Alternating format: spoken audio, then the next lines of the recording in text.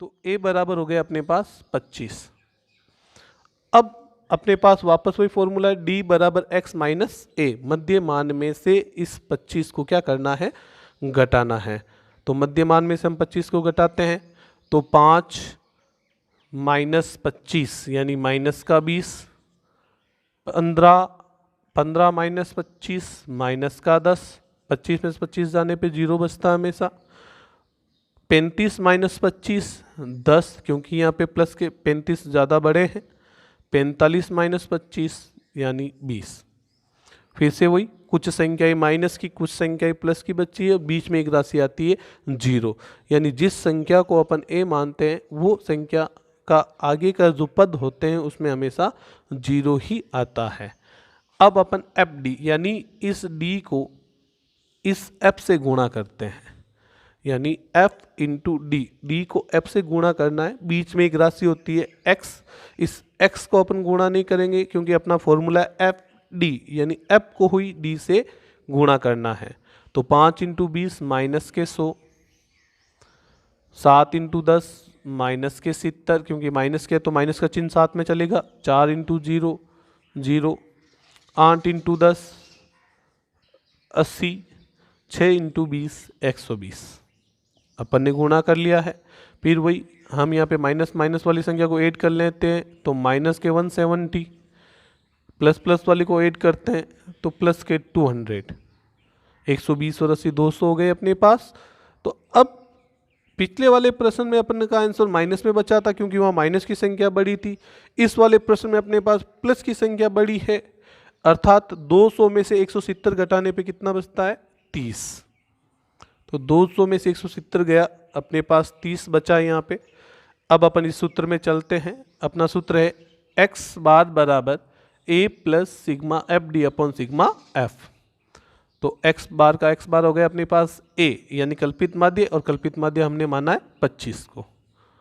तो 25 plus sigma F D, तो sigma F D की वैल्यू यहाँ से अपन निकालते हैं जो अपने पास आई है 30 यानी 30, ये 30 आ गया, बटा सिग्मा एफ की वैल्यू भी अपने पास कितनी है, तो सिग्मा एफ की जो वैल्यू है वो अपने पास 30 है।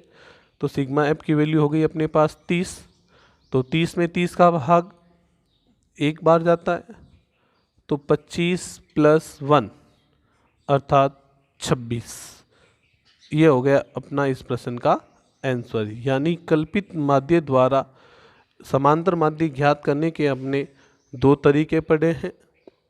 तो पहले तरीके में केवल यहाँ पे x था, दूसरे तरीके में यहाँ पे अपने पास वर्ग अंतराल दिया हुआ है। एक बार पुनः इस प्रश्न को समझने का प्रयास करते हैं, अच्छे से समझना है।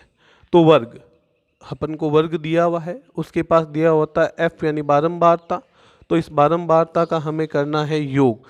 तो 5 7 12 4 16 8 24 और 6 30। इस योग के बाद हमें निकालना मध्यमान अर्थात x। x का मतलब होता है दोनों को जोड़कर, यानी वर्ग की दोनों संख्याओं को जोड़कर 2 का क्या देना है, इसमें भाग देना है।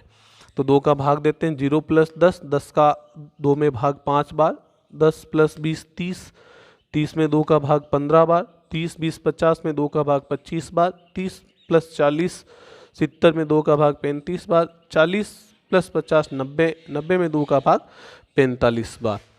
तो ये हो गए यहाँ पे अपना। अब इस x में से मानना है अपन को a यानी बीच की राशि।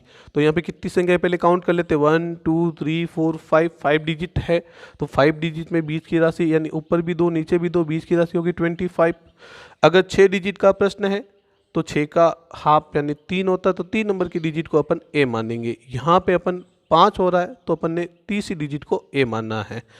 अब इस 25 यहाँ लिखा हुआ d बराबर x माइनस ए, अर्थात इन x में से इस 25 को क्या करना है, घटाना है। अब घटाने पे क्या होगा, कुछ संख्याएं माइनस की बचेगी और कुछ संख्याएं प्लस की बचेगी। तो 5 में से 25 गया तो 5 प्लस के हैं, माइनस के 25 है तो माइनस का बढ़ा हुआ तो माइनस का 20, फिर 15 गए तो माइनस का 10, 0 10 और 20। अब इनको गुणेंगे गुणा एफ डी।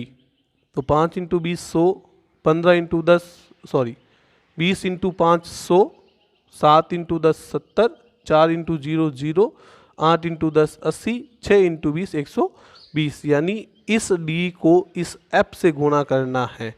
फिर अपन ने इनका योग किया तो सिग्मा एफ एक्स अपने पास 30 आया, इसको सिग्मा एफ एक्स भी कह सकते हो, सिग्मा डी भी कह सकते हो आप, तो 30 आया अपने पास। अब अपन इस सूत्र में चलते हैं, एक्स बार बराबर A plus sigma F D upon sigma F.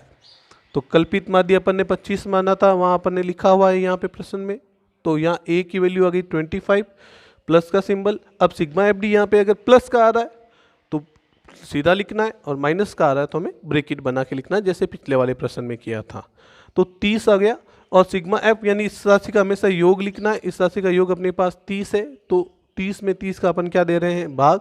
तो 30 में 30 का भाग एक बार गया, तो 25 प्लस 1 26, और यही 26 हो गया अपना आंसर। तो इस प्रकार अपन ने आज इन दो टॉपिक के माध्यम से समांतर माध्य ज्ञात करने की जो दो विधियाँ है, साधारण विधि और कल्पित माध्य विधि का हम अध्ययन कर रहे किया अपन ने।